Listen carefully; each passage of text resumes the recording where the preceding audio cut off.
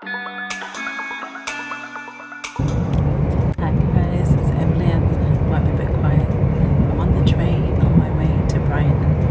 I've got about 3 more stops to go. This is the first leg in my journey to the marathon. It's been a hot day in Luton. It's been about 23 degrees, which is what I was worried about. Hopefully it's cooler in Brighton, but we'll see. I'll let you know when I get there.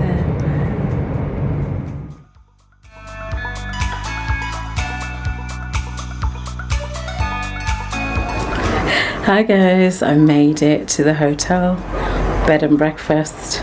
Got here fine. I nearly got lost, but I got here okay. I was going in the right direction. I just had to ask and I was going the right direction. Anyway, I got to the place. I'll tell you the story later on, but I thought it was bunk beds and I thought it was a private bathroom, but it's not, it's a shared one. But it's a good location. Let me show you. So this is the front door. As you come in to the right, there's a cupboard, wardrobe, there's the bed. I was supposed to share with my sister and the kids.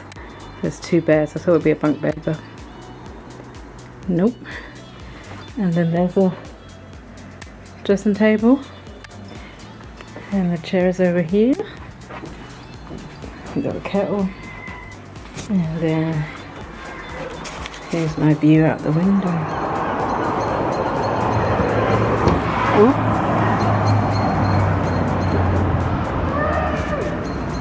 And the sea's just over there.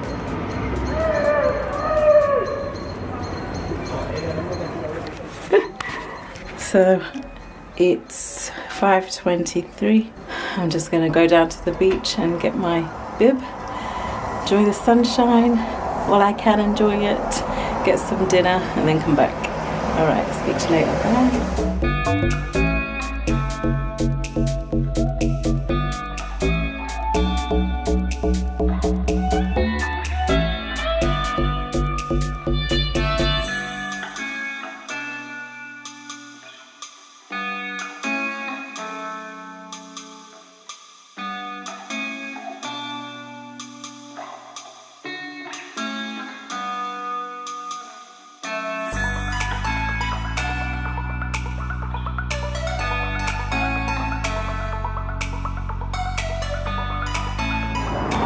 I thought I'd show my face as well. Look how beautiful it is. I almost wish I wasn't running it. I'm going to enjoy being down here. I wish I wasn't running. It's going to be so hot. I'm going down these stairs. And that's the pier. I think there's a bump over there. And that's all the race headquarters. So, yeah.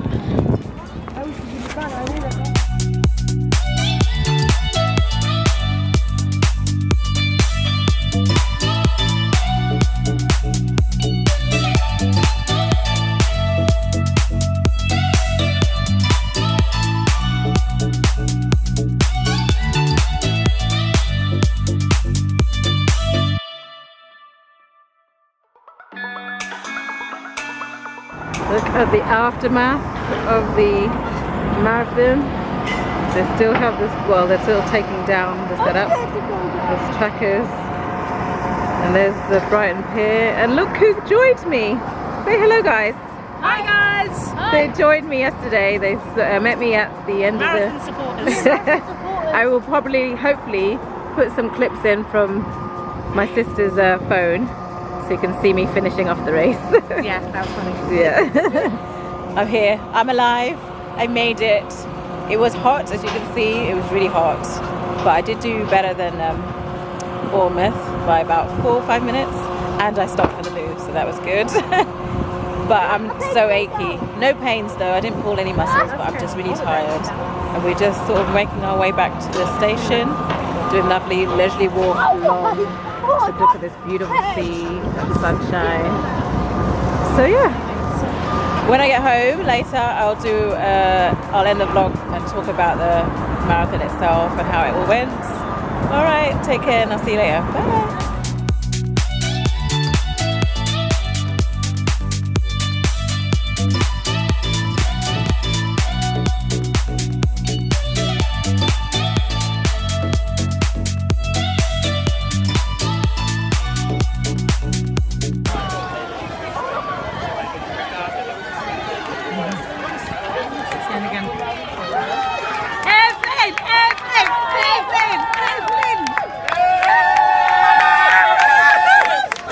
done so well. You've done so well. I'll see you in a bit.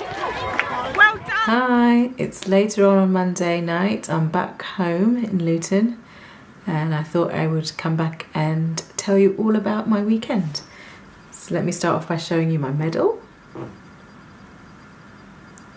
It's what I earned. It took me, wait for it, 5 hours and 50 minutes. My watch clocked and 50 seconds as well, but my official time was with 5 hours, 50 minutes and 44 seconds.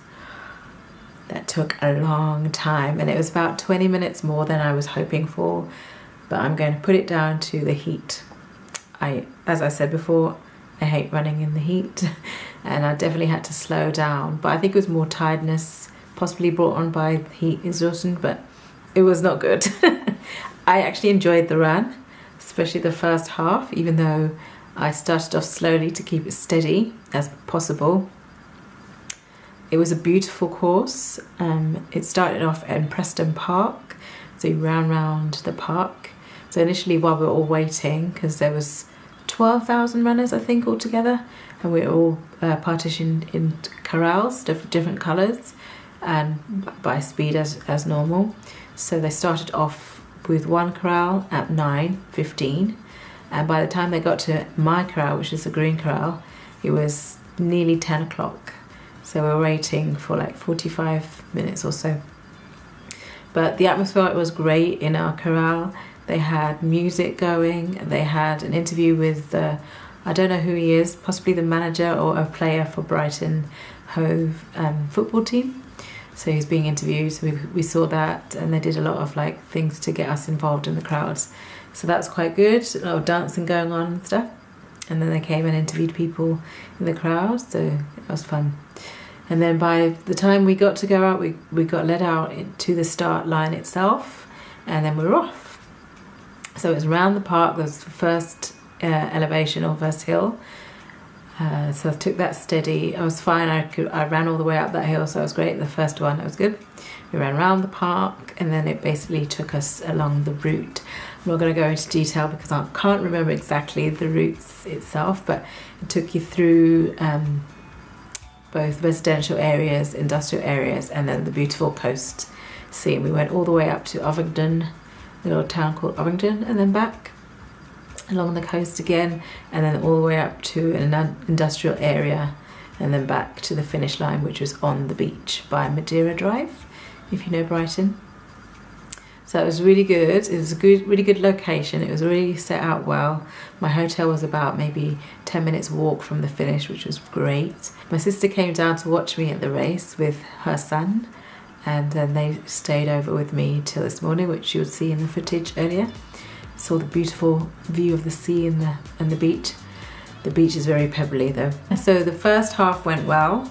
It was a bit longer than my normal half marathon times of now, but more to how I used to run them. So it was about 2 hours and 40 minutes in the first half, which is not too bad. I felt fine. And then the second half, that's when it started to slow down. I think doing the 20 miler a couple of weeks ago was great because it made me run or get used to running over 18 miles. So I got to the 20-mile mark. I was still good, but I started slowing down. During the course, it was hot. It says on my Garmin that it started off at 14 degrees, but I think it must have been about 18 to 20 degrees because there's people walking around with like no shirts and stuff on. So I think it was much hotter than it was said in the forecasts. But it started off, because it was earlier in the day, if you were in the shade it was cool, and by the coast it was sort of breezy, so that was good. But on the way back and doing the last maybe 6 miles, it was really hot. There was less of a breeze and less of places to be in the shade. Well, it was really terrible as well in the second half. All of us back of the pack runners, we got to water stations which either didn't have any water or they didn't have any cups. So the ones where they didn't have any cups, they would either give you water and you can drink out your hands or they would give you the rest of the bottle, or if you had your own bottle they'd fill up for you, which I thought wasn't good, especially as they knew it was going to be a hot one. They sent out emails about being prepared for heat running in the heat and etc. So I would have thought that it would have accommodated for that, but unfortunately that was one of the downsides of it. And I didn't mind drinking from my hands in the first half, but after the first half I went to use a portaloo, so I wasn't too keen on using my hands after that without having proper washing facilities, and so that was a bit of a problem. What else? Good things, apart from the route being a nice route, apart from the industrial estate wasn't too good to look at, and there was no crowd support in that sections, or the most remote sections there wasn't much crowd support. But where there were crowds, they were brilliant, they were really good.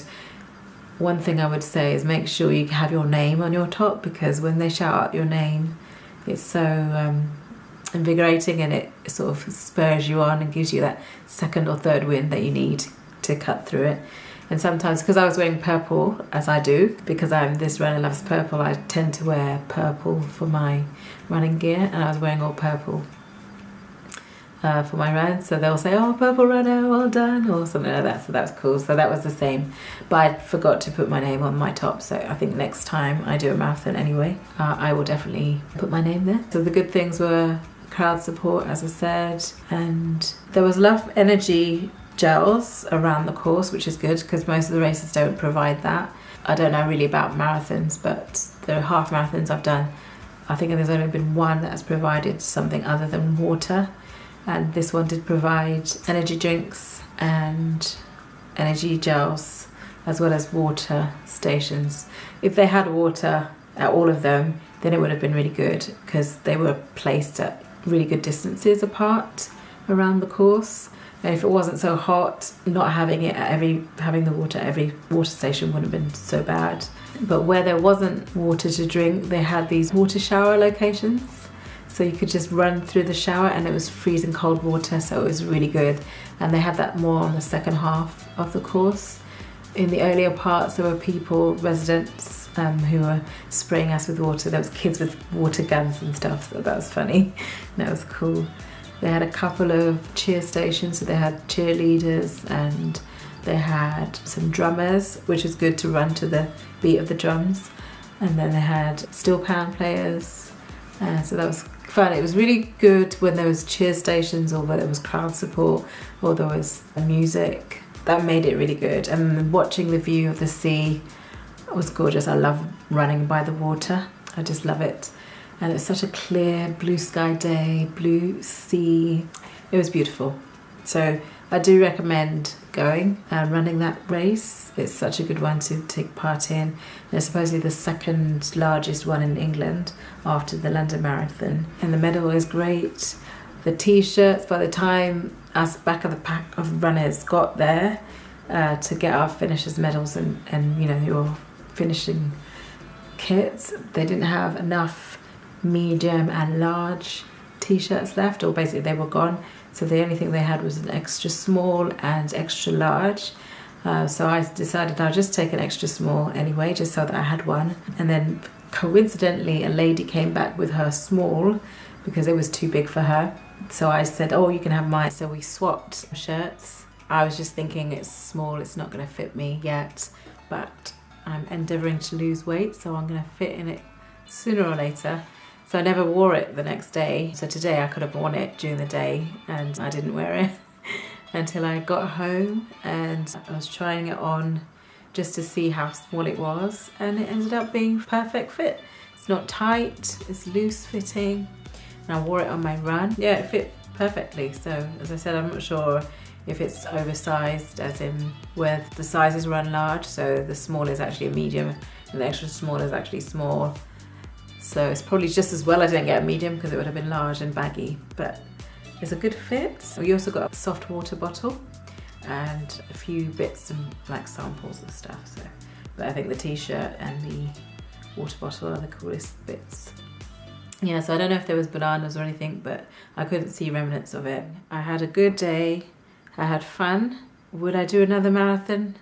I keep saying, or thinking to myself, oh, this is the last one, I won't do another marathon, but I will keep entering the ballot for London. And so if I get into London Marathon next year, then that's the last one.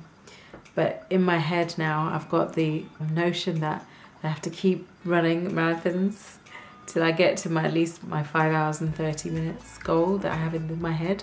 So who knows? I don't think I'll do another one this year. I'll stick to my half marathons because it seems to be my ideal distance. My body feels great all the way through. I recover perfectly. I mean, even today, I feel I've recovered much better than I did last time, but though I was injured last time. But I feel my recovery is much better, especially since I'm running every day. I even did do my 1 mile run today.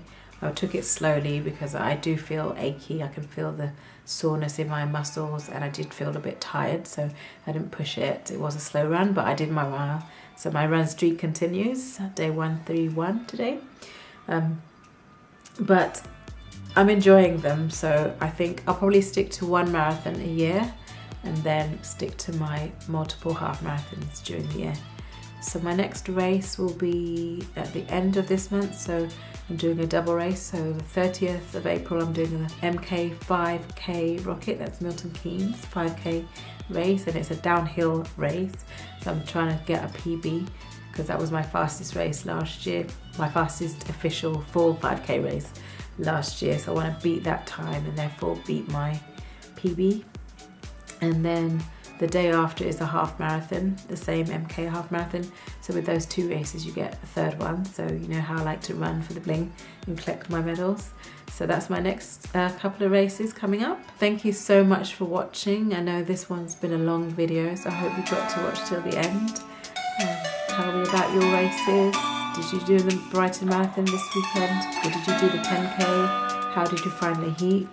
Did you like running in the heat? Somebody suggested on my last video that you can get cloths that retain water, so I'm still on the lookout for one of those. So if you know of any suppliers or retailers in England or the UK that I can get from, please do give me the suggestion in the comments below.